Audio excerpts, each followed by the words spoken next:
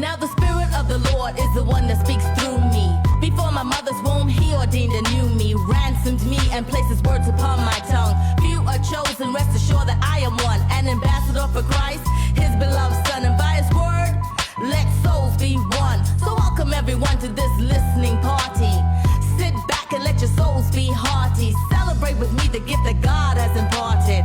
And what better way to get this party started than to give him the stage, because he knows where your heart is.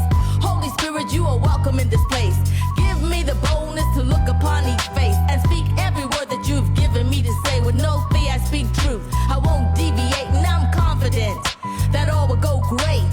So let your presence saturate this place. I breathe in your spirit, I intake a river full of life, water in every dry place. As I flow to the notes that heaven navigates, let it bless every listener and free them today. Let the truth of your word draw souls to be saved. Let the comforter comfort hearts today, and let the light of your word show them the way. Every time I write, I tell his story as I bask in the truth of his word before me. He opens up to me and shows me his glory. He gives me the strength to keep on soaring, and when I open up my mouth, for him I'm roaring. And the Spirit of the Lord goes before me, to the captive set free, that's reassuring.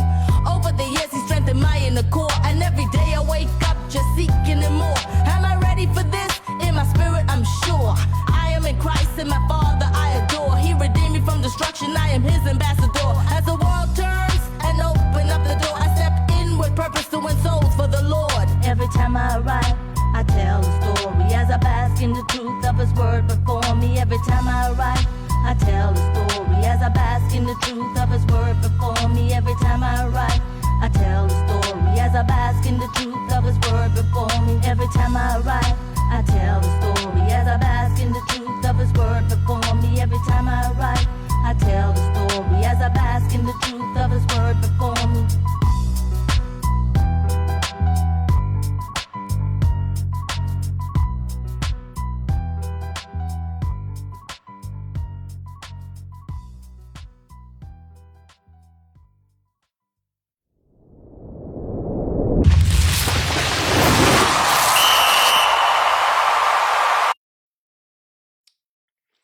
Hey, welcome to Tom the Bomb Sports Talk, the fastest growing sports show in the world. Praise God. It's Monday, December 16th, 2024. And this is the day that the Lord has made. We will rejoice and be glad in it. And if you don't think it's a great day, just try missing one. And we, LOVE, love sports on the Tom the Bomb Show. I'm your host, Tommy Wood. And we got another fantastic show for you today. So glad you guys should join us. We don't take that for granted. Hey, here on the Tom the Bomb Show, we bring together my two passions, the Word of God and sports. We bring together the excitement of sports and strengthening our faith through through the Word of God. So, in every episode, we fill it with insightful sports commentary from a Christian perspective, though. Okay, amen. So, reminding you that how we win and lose in life truly matters. Our mission is to spread the word of God, and that's what we do. That's what we do. That's what we do on every show, and it reflects our commitment to sharing biblical truth. Okay, biblical truth, not our opinions. Offering and encouragement through Scripture. If it's relative to the people, it's relevant on the Tom the Bomb Show. We address significant social problems and provide guidance that is based on Christian principles in order to assist individuals in navigating the challenges that we all face in life, that life presents. Okay. As usual, we want to start off by thanking God for all the wonderful things that He's already done for us. Okay. In 2024, our theme for the year has been and still is the year of fixed purpose. Proverbs 4:25 says, "Set your gaze on the path before you with fixed purpose, looking straight ahead, ignoring life's distraction. Keeping our eyes on the path and looking straight ahead is what's going to allow us to ignore life's daily distractions." You know, the Bible tells us that the enemy comes for the word. He comes for the word immediately. Okay, it's not Tom the bomb. It's not even you. Okay, it's the word of God that the enemy comes for immediately, because he doesn't want that word to take root in your life. So you know you can become a true disciple of the Lord Jesus Christ. Hey, gang. As usual, our show is live. Okay. You guys can give us a call. The number here is 301 655 9992. Again, that's 301 655 9992. Or you can join us live on Facebook, and you can catch us on YouTube at Tom the Bomb Sports Talk, and on Spotify in your car or your smartphone, or even on your iPad under the same name. You can also contact us by email at info@tomthebombsports.com, or you can go to our website at www.tomthebombsports.com to contact us or pick up your Tom the Bomb sports gear that's coming soon to you in 2025. Hey, gang, we don't have any trivia today. I know. Oh, it's okay. We'll get to it. And we don't have a poll question either this week, but that's okay. We do have an outstanding guest with us today. So so we do get so Tom Bob got your back. Hey gang, what are we watching tonight? Okay. We got options. We got options tonight. Monday Night Football at 8 p.m. On Eastern on ESPN. We got the Bears are facing the Minnesota Vikings. And at 8:30 p.m., we got the Atlanta Falcons versus the Raiders. Hey, gang, today our guest on the Tom the Bomb Show is Chuck Gus Wood. Yeah, my baby brother. Yeah, I know he acts like he's older, but it is what it is. Let's welcome Gus back to the show. Uh, we can go ahead and let's bring Gus in so everybody know he's here. Yep. So Gus is here. Say something, my brother. Hey, how's it going out there in TV land? It's your boy Chuck Wood. All righty. Well, like I say, we got a great show, so let's jump right into the show. And let's start off. There he is. let's start off with let's start off with the football this weekend. We want to talk about what's going on. So let's start off with. Go ahead, babe.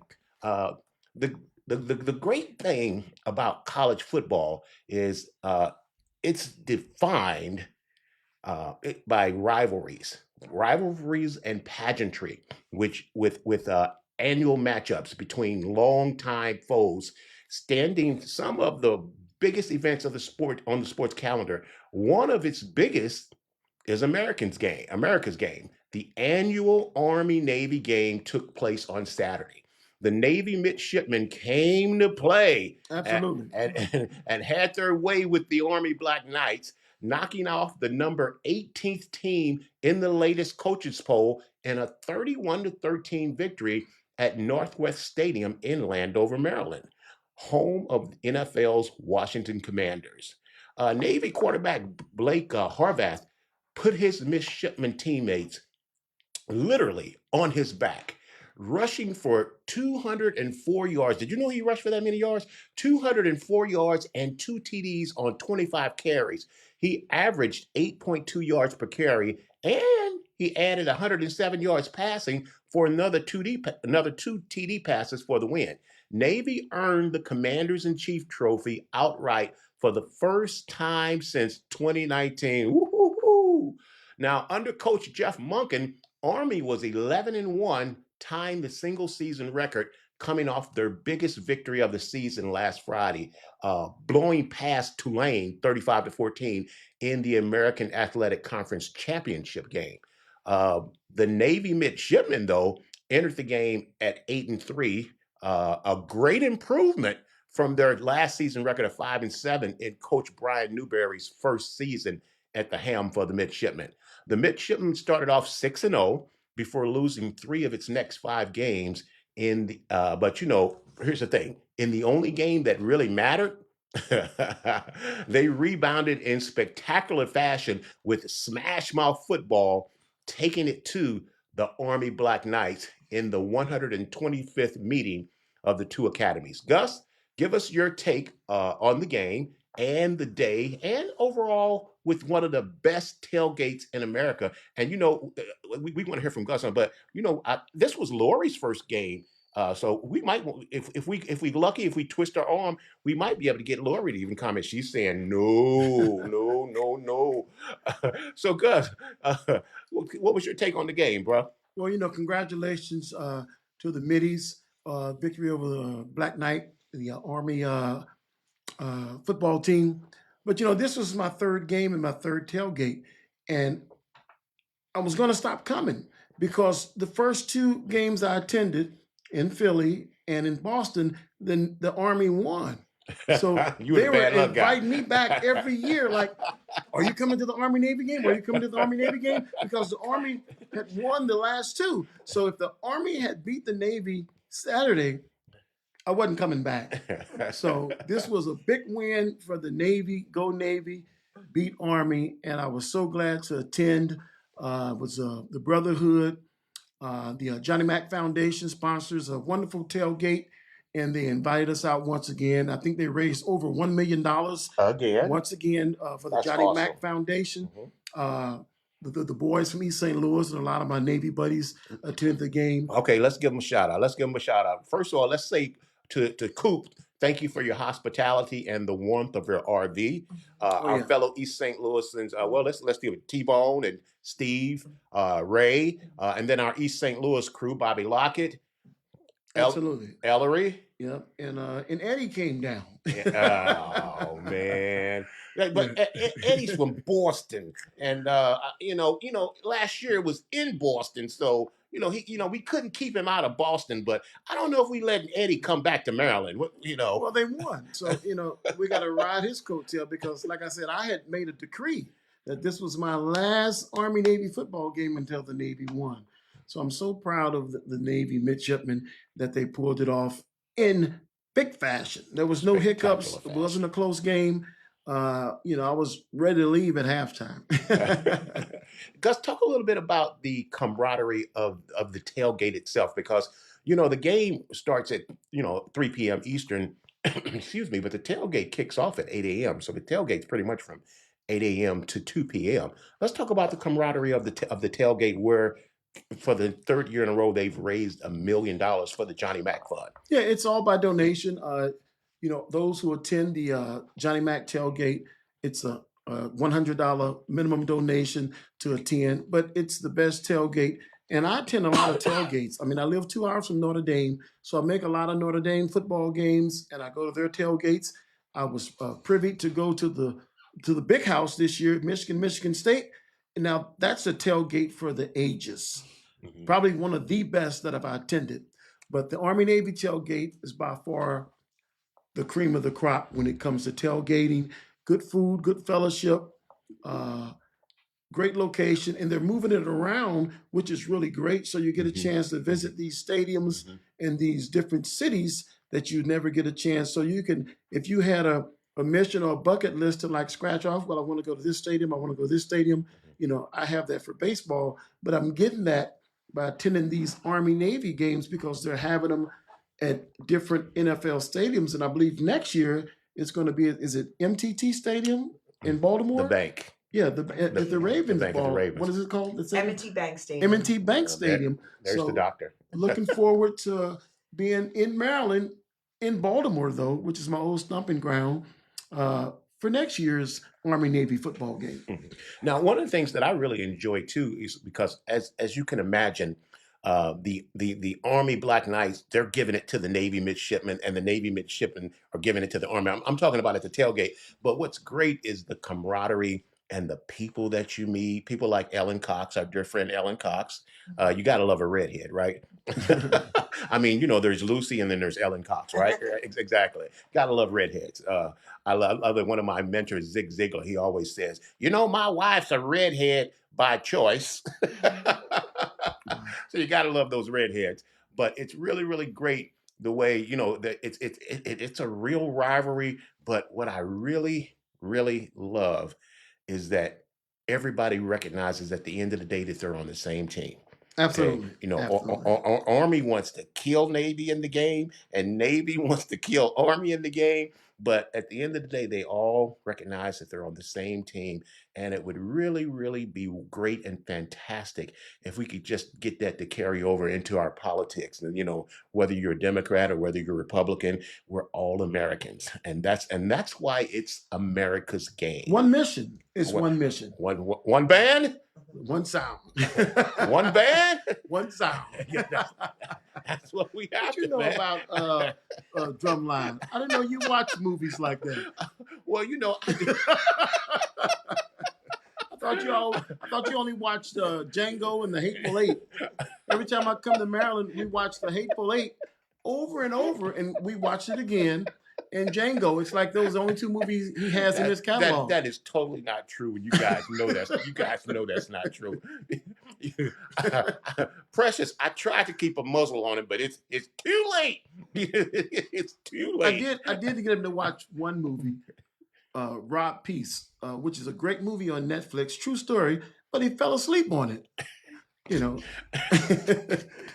So what you gonna say? It was because it was a black movie. I didn't watch. I'm not gonna say that. The proof is in the pudding. That's terrible. That's terrible. That's terrible. But hey, man, it was a great game. We really look forward to it. Like I said, the camaraderie of all the guys from East Boogie, and East Boogie represented West. We forgot West out there in Bo. You know, we really had a good time, and you know, we have so good. We got to realize we got to stop just coming together just for the Army Navy game, you know, because none of us are getting any younger. And you know, it's funny because you know, me and Gus and Bobby Lockett and those we grew up on Ball Avenue in East St. Louis together. You know, Bobby knew me when I was skinny. That's been a long time ago. Yeah. That's been a long time ago. You're But, man, skinny now from the waist down.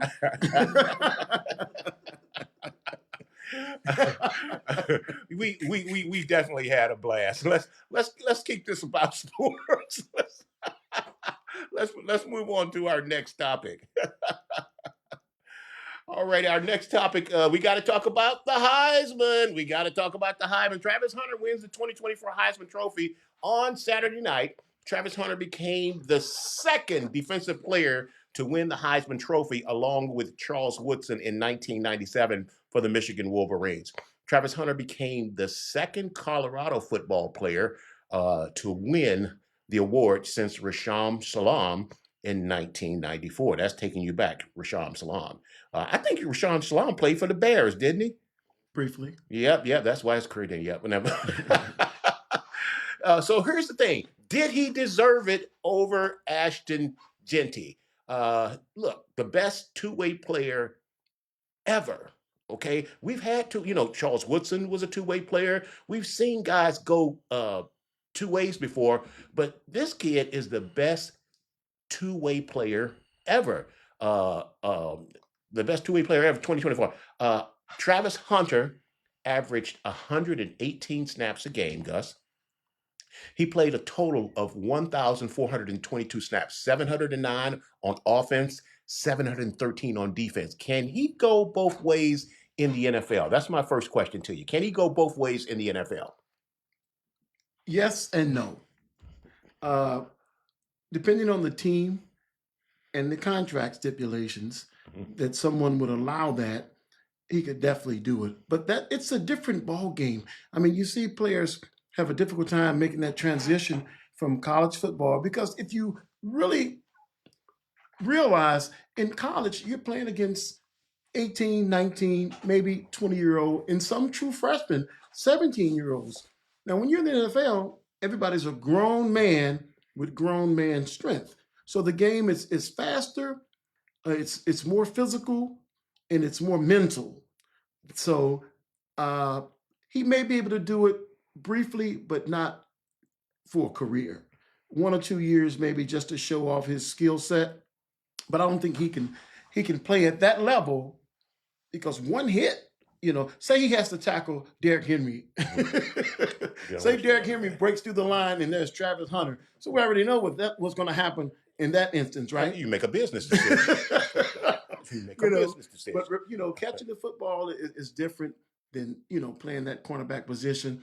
But if anybody can do it, Travis Hunter can do it. But I don't think he can do it for long. Okay, so let's get this out the way. Okay, so Travis Hunter has now won AP Player of the Year, Defensive Player of the Year, and the Fred Biletnikoff Award as the best wide receiver in all of college, along with his Heisman Trophy. So here's the question I have for you: how can he be the best AP Player, Defensive Player of the Year, and not even be nominated for the Jim Thorpe Award, which recognizes the best defensive back in college? How is that possible that he won all those awards and they didn't even nominate him for the Jim Thorpe Award? How is that possible? Well, stat-wise, 4 interceptions.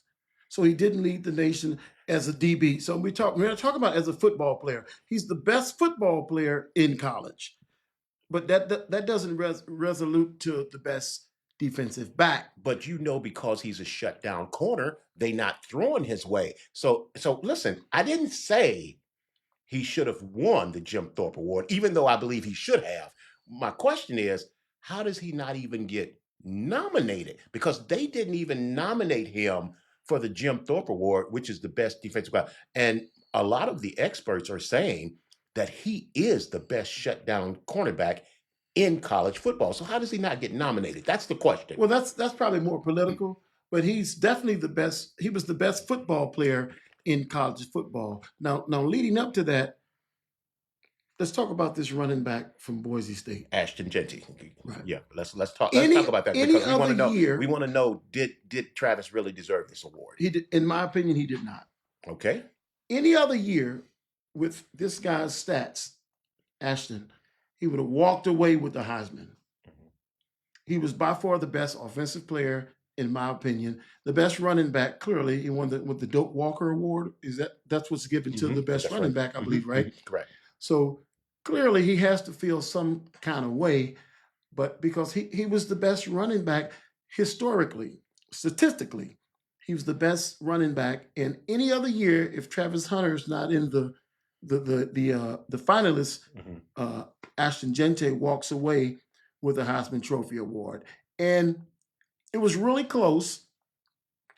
And if you just look at his stats, he's got to feel some kind of way. So I recant, I said that Travis Hunter should have won the Heisman, but after carefully looking at this guy's statistics and analyzing, he's on the brink of history.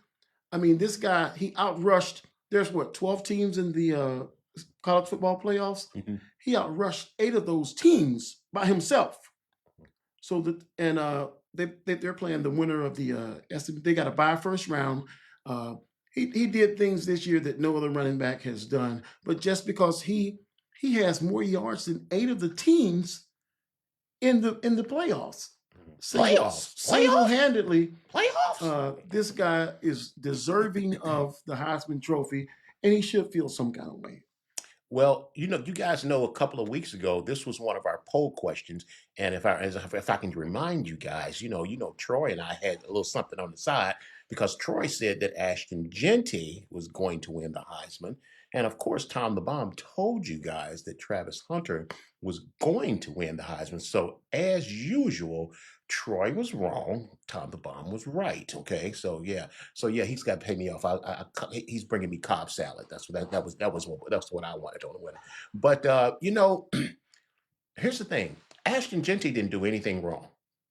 He didn't do anything wrong. He had a phenomenal season, a fantastic season. I did a side-by-side comparison of Ashton Jeanty's season and Reggie Bush at USC.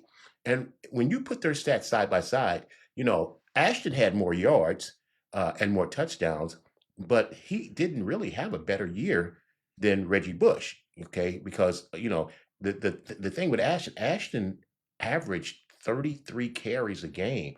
Man, that guy he was their whole offense. They was giving it to him almost on every play. What's his job title? Run the ball. He run the ball. So what is he supposed to do? He's a running back, right? Well, he's supposed to get yards and get touchdowns. Okay, he's not supposed to do anything else. All right.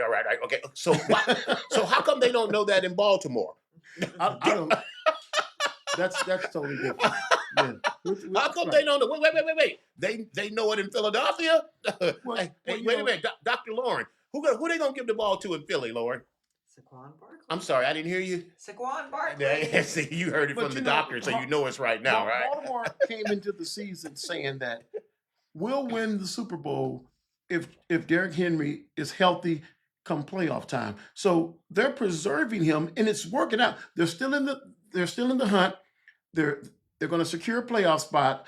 I'm not sure if they'll take the title in the AFC and win that division. But can you imagine a healthy Derrick Henry in the playoffs? Playoffs, a healthy Derrick Henry, and he's going to be healthy. Derrick Henry's been healthy all through his career, so I'm not Well, buying that. he I'm got not hurt. buying that at all. He had a foot injury Yeah, for a while, I'm but not come buying that at all. January, and you got to tackle this guy, and he's coming at you in full speed and in tip top shape Mhm. because there's no injuries.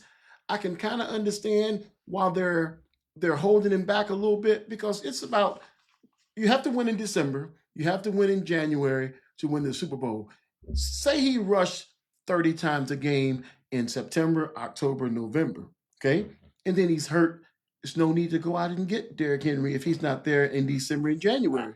So I I understand get the that. logic. I'll believe it when I see it. Well, you're going to see it. I'll believe it You're when going I to see see it. I mean, Harbaugh is smart enough to know, and Lamar Jackson is savvy enough to know that I can't do it by myself. I've been to the river and I haven't had a drink.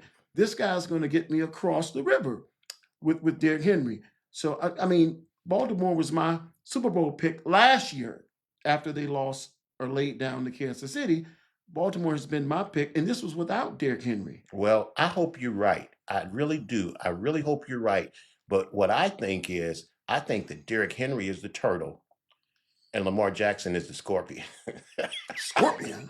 Yeah, man. You don't know that story?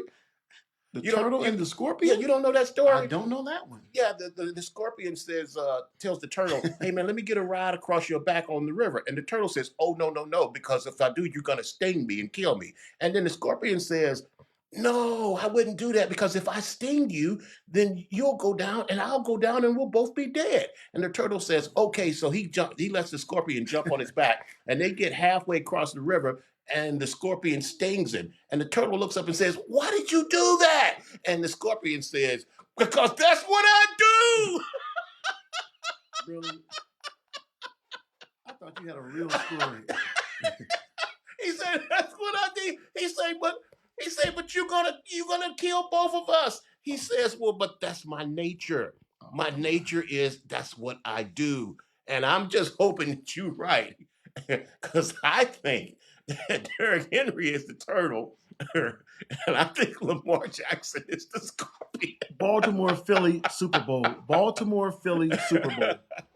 We'll see. Hey, look, it's time for us to take a break. We're going to be right back, and we're going to go off camera, and I'm going to punch Gus a couple of times. Free gas card. Go to windownation.com for additional details or call 866-95-NATION.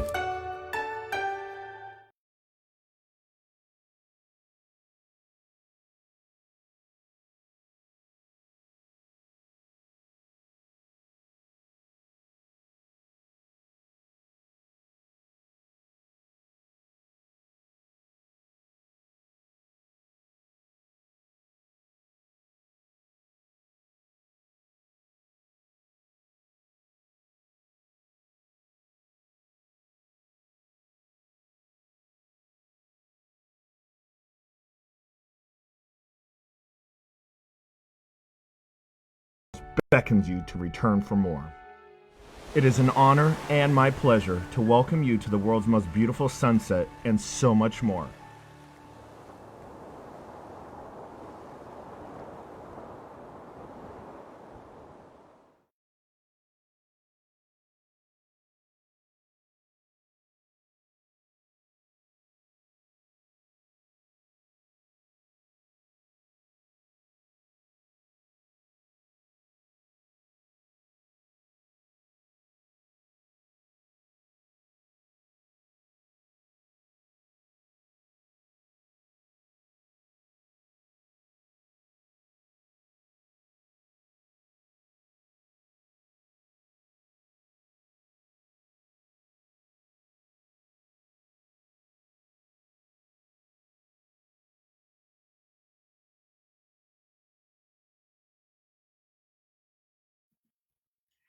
And we're back. All righty. Hey, let's get to the NFL. Hey, listen, let's get to the first game. Look, we're going to be talking about Thursday night game. Okay.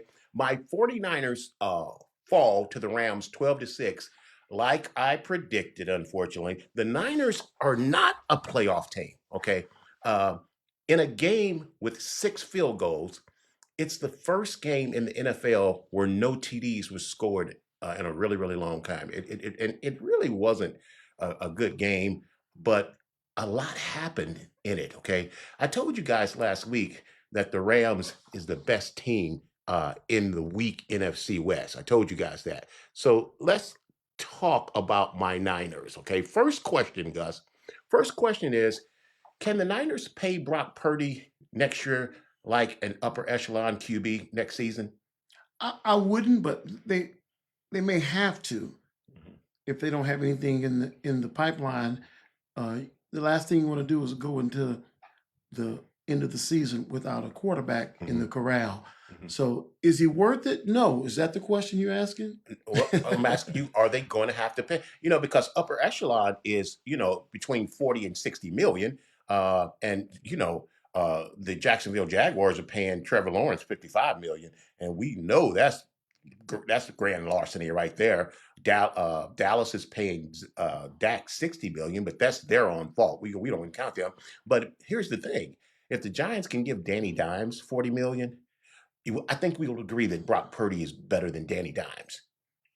So you don't think so? No. Really? Your oldest brother, who's one of the wisest men that I know, he reminded us, he said, don't forget that this was the last guy chosen in the draft. That means something. Yeah, but he was Mr. Irrelevant. He has right? skills. Yes, I he does have I didn't skills. say that, but he's Mr. Irrelevant for a reason. So you're going to give all this money to Mr. Irrelevant? Probably not. He's your starting question. It's the going rate though. Then you go out and get a free agent. You go get a journeyman. So who they gonna bring in that's gonna do better than Brock Purdy? Anybody. It's not like like you mean like the Jets? Yeah. Yeah, like the Jets. Right. But Okay. that pedigree. I mean, I'll take Aaron Rodgers now over Brock Purdy. Yeah, well, you a Bears fan, so Right now. can we really take anything you say serious? Okay, all right. Let's move to the next thing. Okay, so Devondre Campbell's antics in this game for the 49ers is going to cost him $1 million as the 49ers have officially suspended him for the last 3 games. San Francisco's okay, so let's talk about Devondre. They've suspended him. If you guys not aware, he walked off the field, and his thing was the all-pro linebacker who he had been playing in front of has been hurt all season. And so when he came back, they put him into the lineup ahead of Devondre Campbell, and Devondre Campbell didn't like it. So when Greenlaw got hurt, Devondre refused to go into the game. What's your take on this, Gus? Well, it's bad for business. But however, I've seen worse. And I know I'm skipping ahead a little bit, but what's worse than that is, they should have suspended him rightfully a game or two. I'm not sure about the last 3 games. He didn't want to go in the game. But what's disturbing to me is these guys dropping this football before they get to the goal line. To me, that's worse than what he did. Well, Because that'll cost you the game, and it ultimately costs the Colts the game against Denver. This guy not going in, that's being insubordinate. Okay, you send him to the locker room. You don't want him on the sideline. He can't hurt the team anymore in the clubhouse. You dropping this football, and it's happening more often than it has. we're going to get to that later on. But what I'm You are saying, jumping ahead. that's more egregious to me than this guy not wanting to go in the game. And remember we were talking, and I said, if you ever had a job and you called in sick and faked and said, I don't want to come to work today, or you sit up at work and you say, I'm not having a bad day, I'm sick, I want to go home. It's no different than what he did. It's his job. He didn't feel like being at work that day. But he's and we've already, all done it. He's We've already there in uniform. I've been at work and didn't like what somebody don't said do to it, me, Benny. Don't do and it, said, you know what, I'm sick, I got a stomach ache, I'm going home. But It's no different than you walking off on your team, and I was in the military, and there's a bunch of days I didn't feel like doing my job, and I was like, I need to go to sick call. I got a headache. I totally disagree with you because It's the same thing. You can even fake and say you're sick, but he didn't. He wasn't sick. He just refused to go into the game because he didn't like the fact that he didn't start. I get it. And he quit on his teammates. Come on now. One of our favorite movies is The Five Heartbeats. And what Eddie Kane say? Man, you did that to us with the mess with the manager. You mad at the manager, so you leave your boys hanging? You can't do that, man. And to the San Francisco 49ers credit, because I think a lot of people probably should have kicked him off the team. But if you kick him off the team, you gotta pay him. But the 49ers, they just suspended him. So that means he ain't going nowhere. He ain't signing with no other team, and he not getting paid.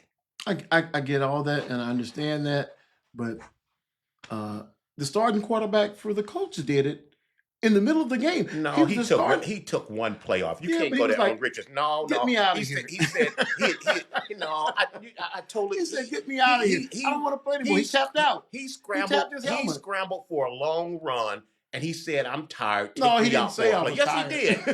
He did. He ran for a 20 or 25-yard scramble, and just like you see wide receivers when they go on a fly pattern and they run 40 or 50 yards downfield, all of them put their hand up and come to the sideline after sprinting 40 or 50 yards without getting the ball. Okay, but That's what the quarterback did. you're This is the totally leader, different. But the quarterback is the leader. But this is totally different, It's man. not totally This guy quit on his team, and they're suspended him so they don't have to pay him.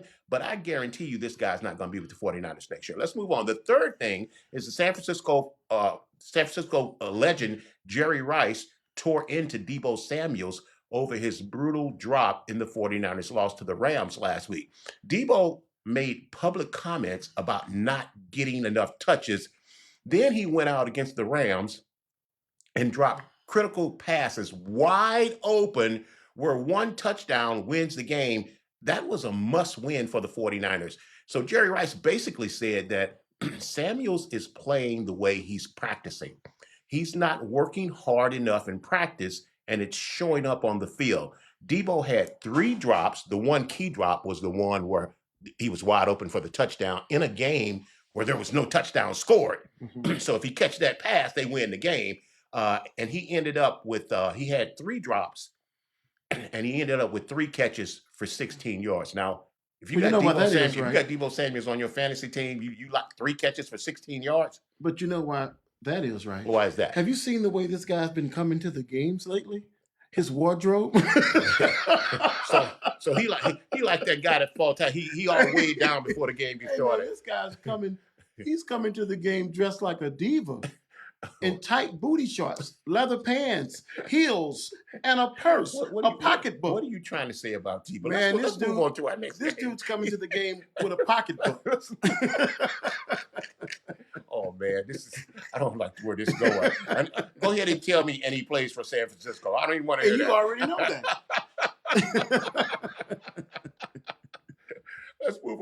Let's move on to our next game. He's got bigger issues. Our next game is the Washington Commanders versus the New Orleans Saints. Look, a win is a win. A W is a W. And the Commanders have 9 wins for the first time since the Reagan administration, or at least it seemed like that. Look, I'm telling you, there is nothing that the Commanders should feel good about after this win. For the second game in a row, the Commanders were in a position to bury an opponent and didn't do it, and let them back into a game that should have been a cakewalk. A win is a win, but this is a terrible win for the Commanders. And if they had lost this game, the same way that Hail Mary game kind of torpedoed the Chicago Bears, I think if they lose this game, I think this game would have torpedoed their season.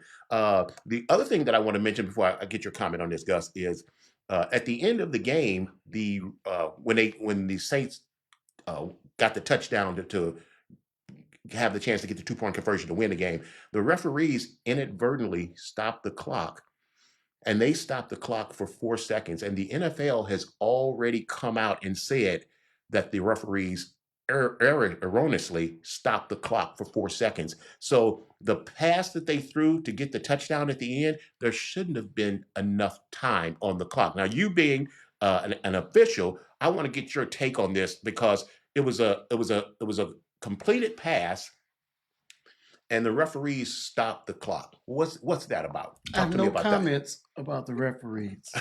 Zero. My thing is, we watched this game, and regardless to the time or no time, the Saints gift wrapped this game and presented it to the Commanders. In the second quarter, I said the Commanders are going to lose this football game.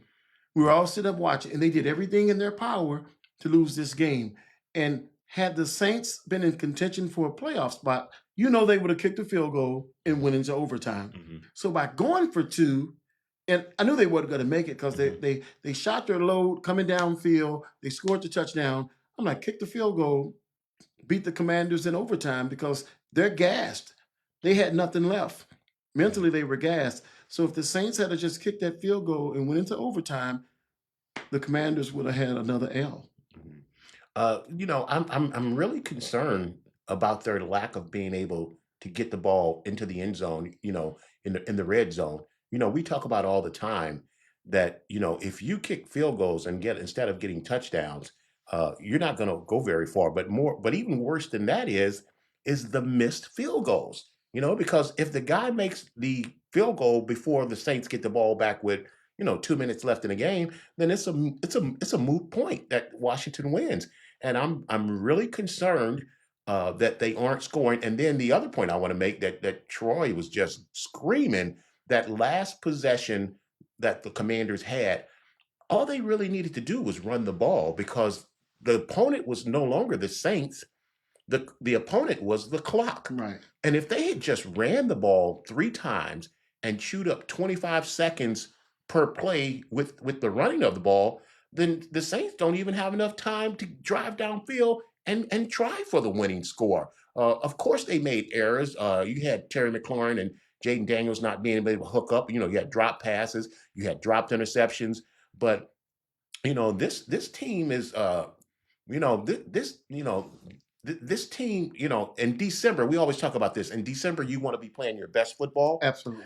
It feels like the Washington Commanders are playing their worst football in December. What's your take Well, they're on the that? Washington Commanders, no matter what you name them. And there's talk that they're going back to the Redskins.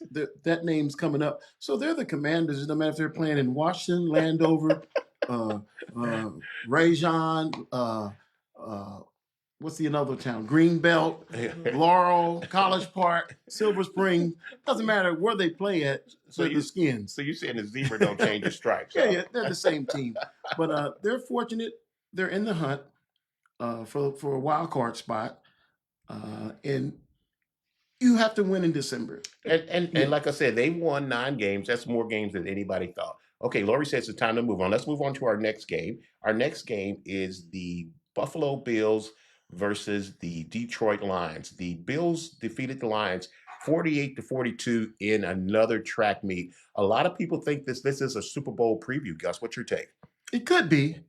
And if it is, it's going to be the same outcome. This Detroit Lions coach. Oh, yeah, we got to talk about that. Thank you. Has to go.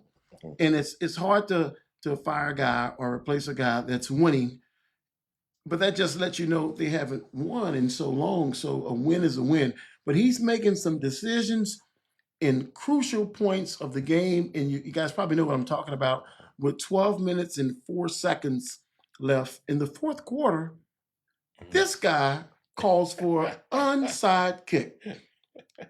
Unbelievable. And he does it with such courage and authority. It's like, this is the right call.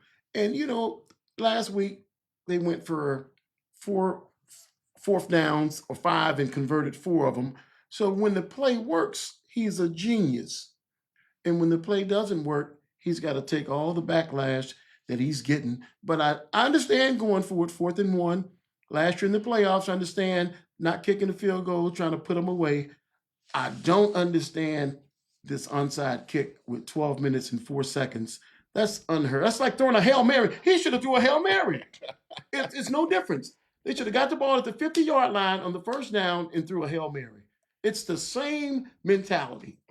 Well, like I said a couple of weeks ago, you can get away with some of the shenanigans that he's pulling during the regular season, but once you get into the playoffs, I think this is ultimately going to cost the Detroit Lions because man, there's no reason, if it was like the old rules where you could do an onside kick to surprise them, that would have been cool. But now the way the kickoff rules are, you have to announce to the other team That's right. that hey, we're going to try an onside kick. So you mean they're actually expecting you to kick an onside and you think you're going to get it with 12 minutes? And I was watching some of the sports shows earlier today and they're saying, well, they weren't able to stop Josh Allen and they did also because they didn't think the defense. Well, geez, if your defense can't stop you, don't stop him. You don't deserve to win no way. And I guess so at 48-42. The other thing I want to ask you, Chuck, is did Josh Allen sew up the MVP? He made a giant step forward in the MVP race, but so did Lamar Jackson. Lamar Jackson threw for 5 touchdowns on Sunday as well. So Lamar's not going down without a fight.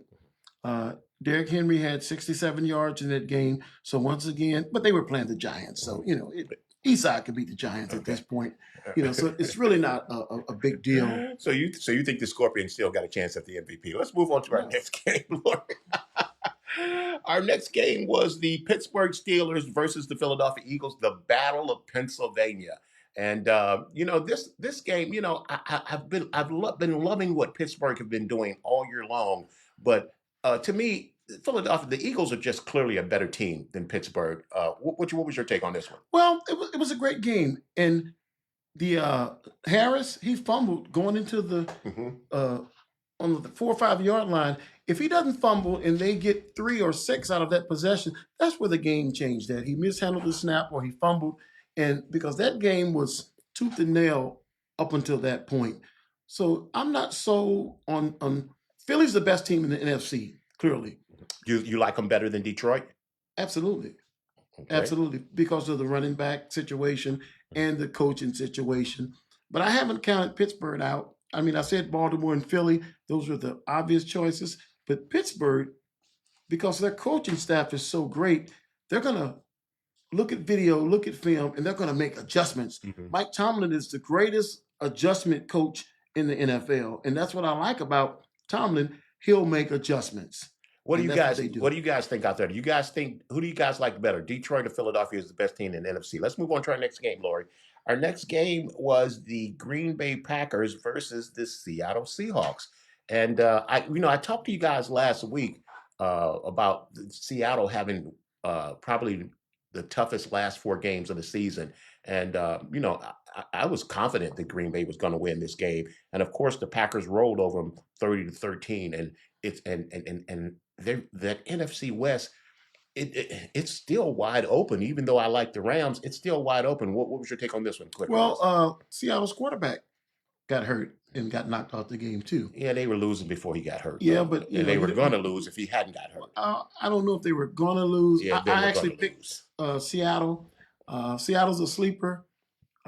They're playing great football. They went up against a great Green Bay Packer football team, and it's just so many great football teams in the NFC and the AFC this year. You really can't. It's going to come down to who's healthier at the end of the season. Who's ever healthy. That's why your 49ers are out. I don't know why my Bears aren't in it. And even the case with the Cowboys, they had injuries all season, and they're key players. So it's really tough to compete in today's NFL without your starters. These guys are second and third string for a reason. Yeah. Well, like you said to me yesterday, ain't nobody feeling sorry for the 49ers. Nobody. We're not me. Ain't nobody feeling sorry for the Cowgirls. Ain't nobody feeling this guy sorry should have been named The 49ers got 11 Pro Bowlers. They do. He's They got an and all he pro wants team on the somebody. injury They were list. just in the Super Bowl, a year removed from the Super Bowl, Yep, yep. and he wants us to feel sorry for the 49ers. Yeah, let's move on to our next game. Nobody's feeling sorry for my Niners. Our next game was the Tampa Bay Buccaneers versus the Chargers, and I told you guys this was going to be one of the better games. And I also mentioned to you guys last week and the week before that nobody wants to play the Tampa Bay Buccaneers. This team is serious. They beat a good Charger team 40-17. Chuck, what's your take? I'm not sold on Tampa yet because of their quarterback, but I have to apologize and admit You have a bias against Baker I Mayfield. thought Baker Mayfield was. I thought he was the first version of Johnny Manziel, but he's actually turned out to be a great quarterback.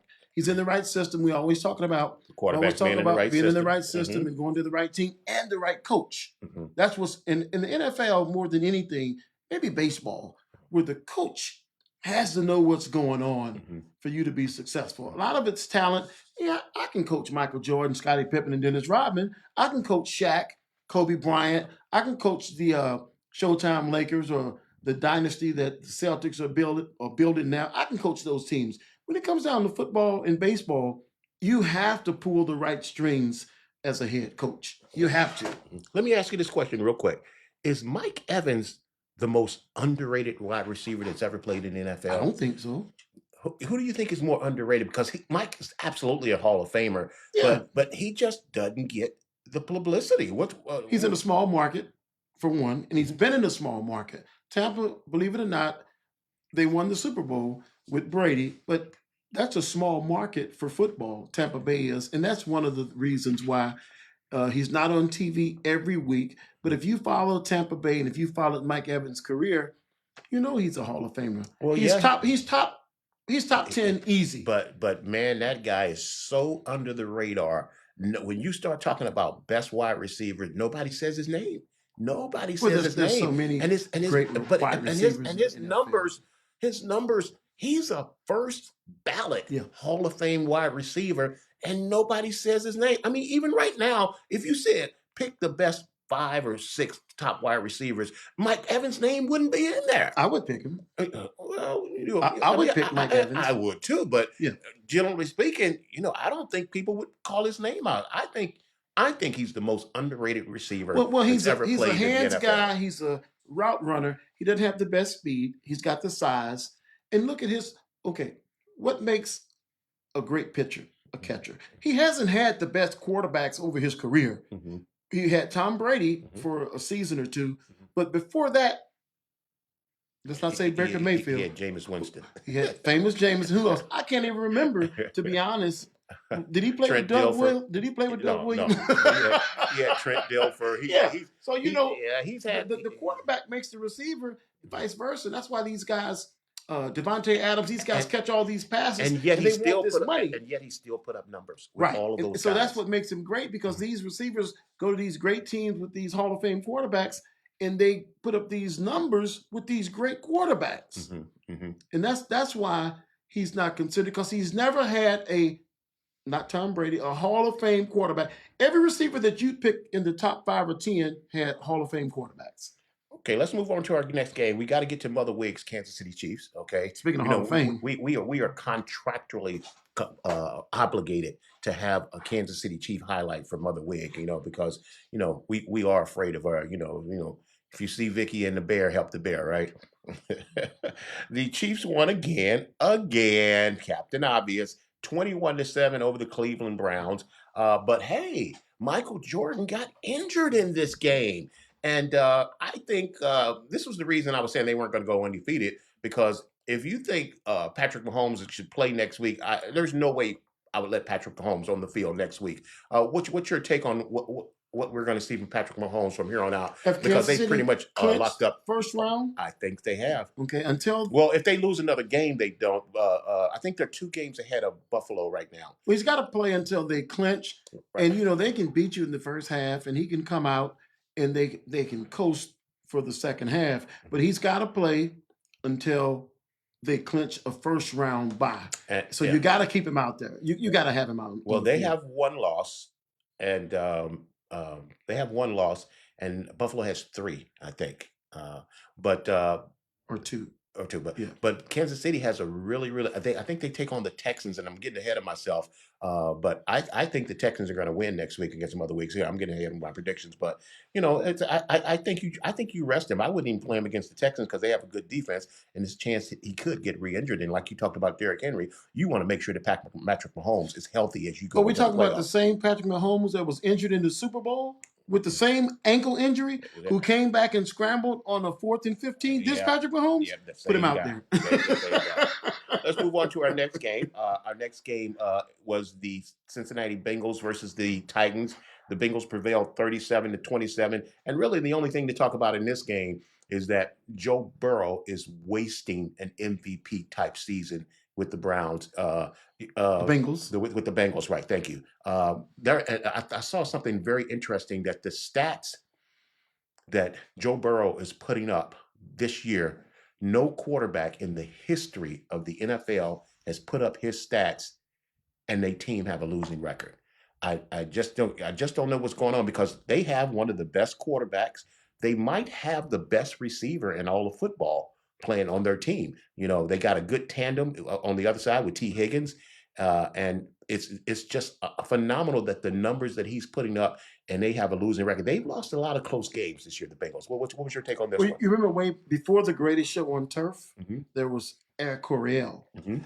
They had to score 47 points to win a football game. Mhm. Why? Because they had no They D. had no defense. Mhm. San Diego would score 47 and lose 48-47. Mhm. So, like we always say, football is still what? Running and tackling. Running and tackling. You got to run, you got to tackle. And, you know, Cincinnati, Joe Burrow, they're great, Mhm. but their defense is really lacking. Man, they're losing games scoring 40 points. Yeah, and it still takes defense It's, to win you got championships, right? you got to have a defense. All right, let's Absolutely. move on to our next game. Our next game was the Miami Dolphins versus the Houston Texans, and the Texans prevailed 20-12. Miami, you can pretty much stick a fork in them. It's December, and these guys just don't do well in the cold weather. Maybe they need to move out of Miami. I don't know. You have any thoughts on this Texans and Dolphins 20-12? Well, real quick, Tell them Tariq what you Hill- said about Tua too. Tua turnover. Tua Tungava turnover. That's his new name. But is Tariq Hill the same Tariq Hill with Patrick Mahomes? No, Okay, absolutely. so not. that just goes back to what Absolutely these not. receivers and these quarterbacks, you gotta have that quarterback. I mean, Tua's not trash, but I'm putting him out next to the trash bin. So he's recyclable. But he's not trash. But Tariq Hill's not the same guy, so he's just not the guy. Tua's not the guy. All right, let's get to our next game. We got the Baltimore Ravens versus the New York Little Men. They can't even be the G Men anymore. The talk of this game is the Scorpion had 5 touchdowns. Lamar Jackson flamed his MVP race back to life with 5 touchdowns in this game. What's your thoughts on the Ravens? Do you feel like the Ravens are hitting their stride in December and getting to the point where they need to be, where they can challenge Buffalo and Kansas City in the AFC and Pittsburgh? Absolutely. Besides Patrick Mahomes, there's no other quarterback I'd rather have than Lamar Jackson. And I was really tough on this guy when he first came into the league. I thought he was an RG me. I thought he was strictly run, but the guy can throw. People talk about his mechanics. This guy has a resume that says he's a Hall of Famer today. Mhm. So you can talk about the Scorpion, you can call him what you want to call him, but I'm taking Lamar Jackson after Patrick Mahomes over any other quarterback in the league. All right, today. another quick question: do the Ravens win their division? No. You got Pittsburgh. You got Pittsburgh coming out of there. We got 3 games left, Yeah, and Pittsburgh's got 3 tough ones. and Pittsburgh has lost 3 games now, right? Mhm. Or 4, and the Ravens have. Do they play again? I think they play Saturday, don't they? Yeah, Pittsburgh and the yes, Ravens we're play gonna go. Saturday. We're going to find out when we So get to our yeah, picks. that'll be a good game. So that'll determine. That'll determine who's going to win the division. That'll determine the division. All right, let's get to our next game. Our next game is the New York Jets versus the Jacksonville Jaguars, and they should shut both of these franchises down. The Jets somehow messed up my bet. I picked the Jags in this one, and the Jets won in overtime, 32-25. And here's my take with both of these teams. Both of these teams are really losers because whoever won this game really lost. Because at this point, all you really should be caring about is your position in the draft. So what all this game told me was that the New York Jets are bigger losers than the Jacksonville Jaguars because the team that won this game actually lost. So the Jaguars moved ahead of the Jets in the draft. So the Jets lost this game even though they won. And that is really what losers do. What's Herm Edwards' favorite statement? You play to win the game. Let's move on. Yeah, but you have to see the big You picture. play to of win winning the game. Let's move on to our next game. We got the Dallas Cowgirls. I'm sorry, Daddy Rich. The Dallas Cowboy. Daddy Rich's Dallas Cowboy. Daddy Rich told me to be kinder to his Cowboys. So the Dallas Cowboys beat the Carolina Panthers 30-14. I actually picked the Panthers to win this game, but you seem to think that the Panthers are the worst team in the NFL. They are. And here's another caveat. The Cowboys are going to win out. And that's what's funny about this season. They won't lose another game. Doesn't matter now. They'll win out. I mean, they've got the talent. They're getting healthy toward the end of the season, and they're getting their players back, and they'll probably win out, but it won't matter.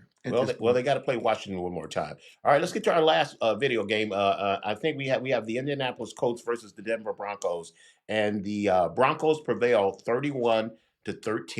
And man, this was a real strange game to talk about. And it looked like Indianapolis was really kind of dominating this game, but really all we want to talk about in this game is Jonathan Taylor racing to the end zone and dropping the football before he actually got in the end zone. We've seen Deshaun Jackson do this. We saw a rookie with the New York Jets do this earlier in the year. Let me ask you this, Chuck. Wait a minute. Is Jonathan Taylor and Jonathan Taylor is a fantastic great. He's a great guy, and he's really a good running back. But let me ask you this: do you think Jonathan Taylor is better than Barry Sanders?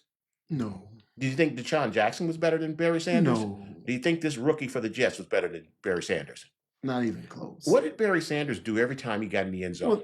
Now you're comparing apples and No, oranges. but I'm just asking. Really? I asked you a question. They're both football players, but they're I'm different. asking you a question. What did Barry Sanders do every time he got in the end zone? He handed the ball to the official. He handed the ball to the official, you being an official. So if that's what Barry Sanders did, why isn't Jonathan Taylor, Deshaun Jackson, this rookie for the Jets, why don't these guys just, and my mom would tell me, have you scored a touchdown before? Yes, ma'am.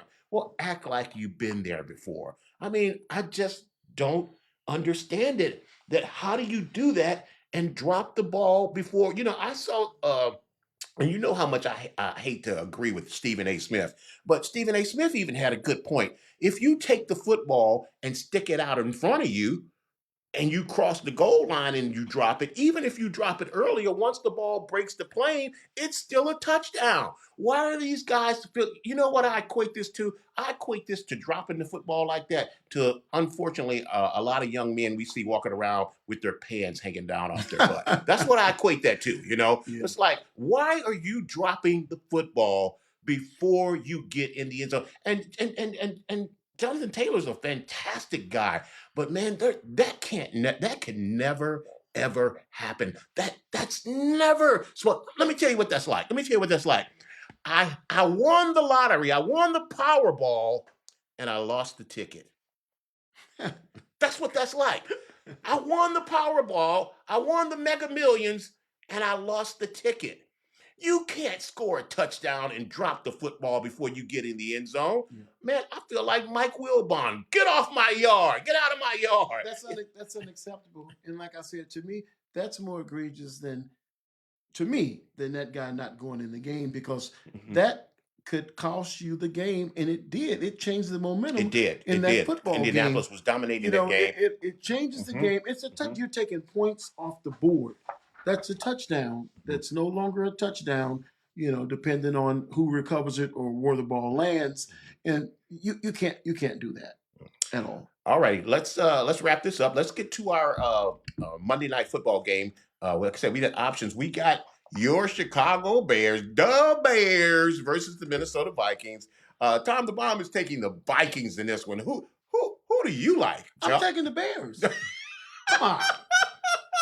Come on, man. Unfortunately, in every adversarial competition, there must be a loser. Well, that's a Norris game. That's a divisional game, a Norris game, and the Bears have a lot to prove, nothing to win or gain. Minnesota's fighting for their life, so it's going to be a great football game.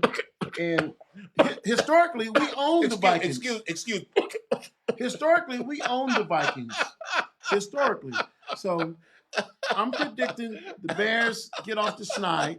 What are the Bears have lost like 8 in a row? Look, y'all do know that this is Troy's uncle, right?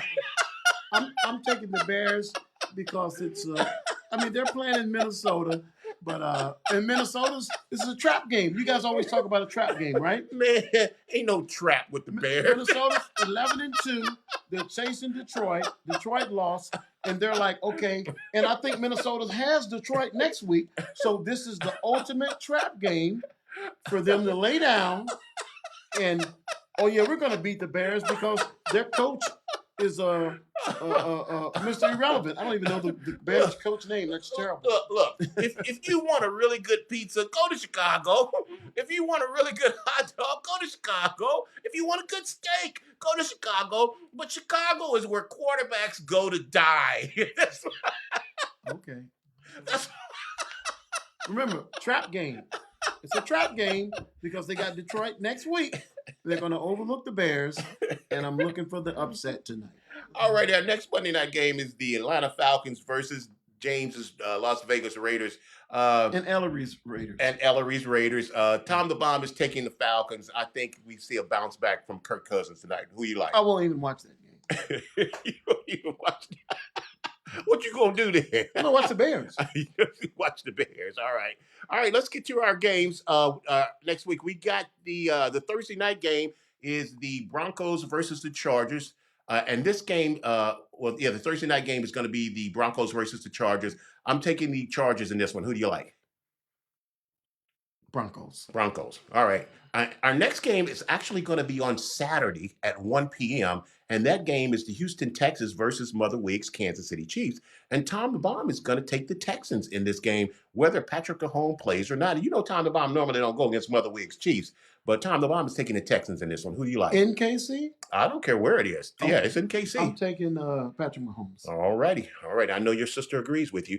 Our next game is the Pittsburgh Steelers versus the Baltimore Ravens at 4:30 p.m. Get your popcorn ready. Lauren says, everybody says that, right? Get your popcorn ready. The Steelers versus the Ravens.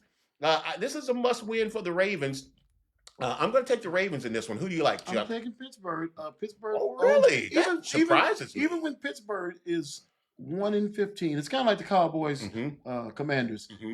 Pittsburgh always beats the Ravens. I tell you, Mike Tomlin. They always Mike beat the Tomlin Ravens. has a blueprint and plan for the Ravens and Lamar Jackson, and I love it. The whole week before that, every time they ask him a question about Lamar Jackson, Mike Tomlin says, "Mr. Jackson." Yeah. He totally set him up. Well, Mr. Jackson is an outstanding quarterback, and he's definitely an MVP candidate, and he's one of the greatest quarterbacks that we're ever going to face in our lives. And he in the locker room like, let's go get him. That's right. Yeah. Save Jimmy Johnson for me. Yeah. I'm picking Pittsburgh.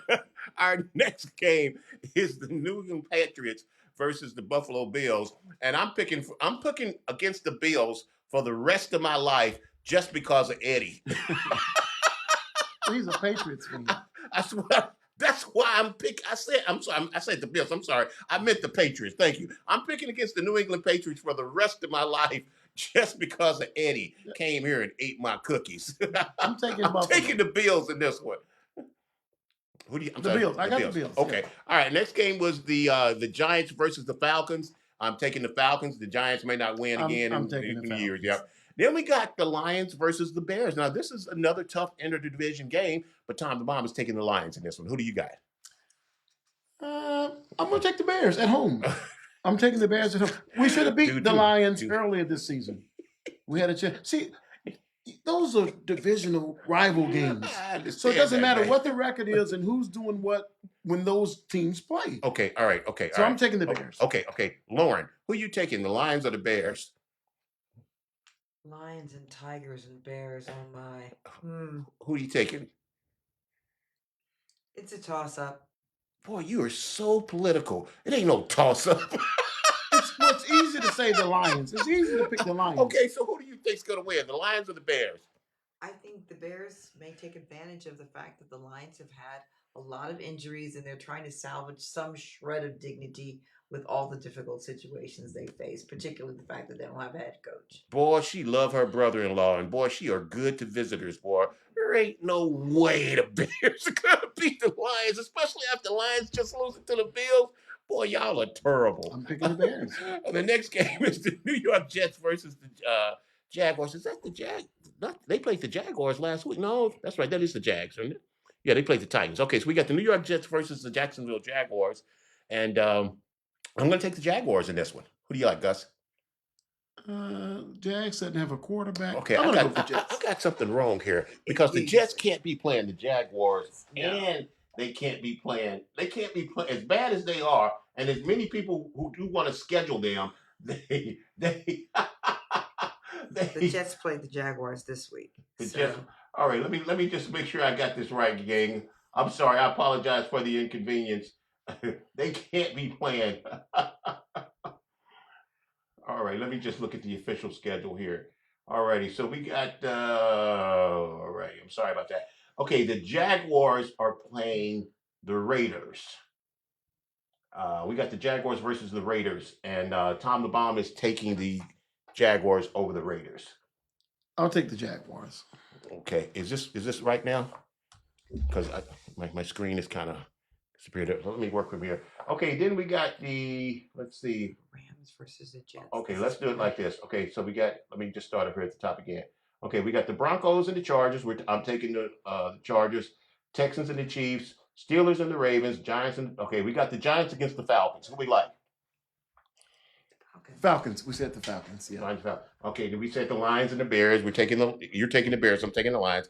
We got the Arizona Cardinals versus the Carolina Panthers. I'm taking the Cardinals in this one. I'll take the Cardinals. Okay, then we got the LA Rams versus the Jets. I'm taking the Rams.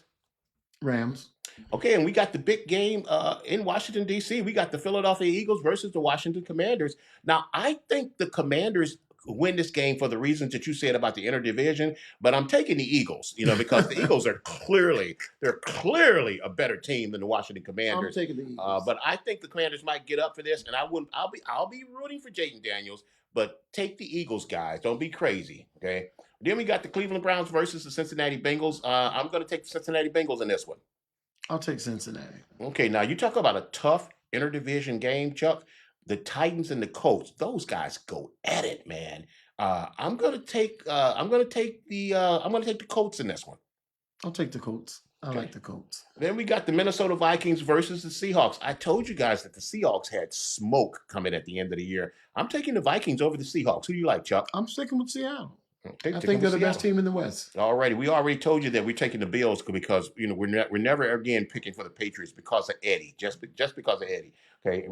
I took the Raiders and we got my 49ers versus the Miami Dolphins. I'm going to take the 49ers in this one. I'm going to take the Dolphins. Okay. And then we got the Sunday night game is the Tampa Bay Buccaneers against the Dallas Cowboys. And you think Dallas is going to win out? They're going to win out. Man, let me tell you guys something. There ain't no team when the playoffs start. There's not going to be a single team that's going to play the Tampa Bay Buccaneers. As a matter of fact, whoever the Tampa Bay Buccaneers get in the first round of the playoffs, they're going to be in trouble. I'm taking the Tampa Bay Buccaneers. Then the Monday night game is going to be the New Orleans Saints versus the Green Bay Packers, and the Saints are done. I know that's next week, and we'll talk about it. I'm going to tell you right now, Tom Bum's going to take the Packers. I'm taking the Packers as well. The Pack is back. All righty. Hey, man, that's it. Where we at, Lori? Alrighty. Alrighty. Okay. Hey man, that's the show for the day. All right. Okay. Hey, don't forget to check us out on the website at www.tomthebombsports.com. And you can contact us by email at info@tomthebombsports. Hey, gang, for dynamic, in-depth sports analysis and highlights for sports in the DMV and more, check out the Washington Sports Den on Thursdays at 2 p.m. Eastern on WBGR with my main man, Felix Favassi. Hey, man, time flies when you're having fun. We're out of time here, but we sure do thank you for spending your time with us. Listen, may the gates of heaven open and pour an abundance of blessings down on you where there won't be room enough to contain it. Remember, if you want it, you got to confess it with your mouth and believe it in your heart that Jesus died on the cross and that he rose on the third day, not a Thursday, right, Chuck? Absolutely. Just for you. Remember, darkness cannot drive out darkness. Only light can do that. And hate cannot drive out hate. Only love can do that. God bless you. We'll see you on this same time on this same bat station. Good evening. Enjoy you guys. Happy holidays, guys. God bless you. Happy holidays.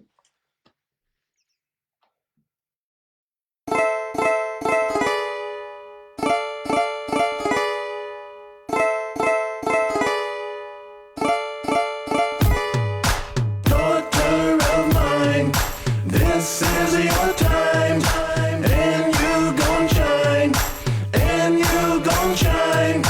Daughter of mine, this is your time, and you gon' shine, and you gon' shine. Well, I'm coming out with a word in my mouth, filled with excitement to say what it's all about. For a long time, I've held this water in, let the floodgates open, let the miracles begin. I've prayed, and I've gone back 7 times, look again, cause the miracles are mine, stir the water. I'm about to step in like the pool of Bethesda, let the healing begin. Daughter of mine, this is your time, and you gon' shine, and you gon' shine. Daughter of mine, this is your time, and you gon' shine, and you gon' shine. It took a minute to get my composure right. For years it seems like I've been fighting for my life. Confusing times when my days resemble nights. But now this eagle is about to take flight. I soar out of darkness to its revelation light. Though the waves are rough, I step out my comfort zone to walk on water, cause I know I'm not alone. God's got my back and reminds me I'm his own. His words are sweet in my mouth, they taste like a honeycomb. And faith has opened up my eyes. I've been through the fire, tested and tried. As I study God's word, I finally realize that my purpose I have to visualize, to bring the unseen from the realm of under night until I walk into the fullness of a purpose-filled life, cause I'm light.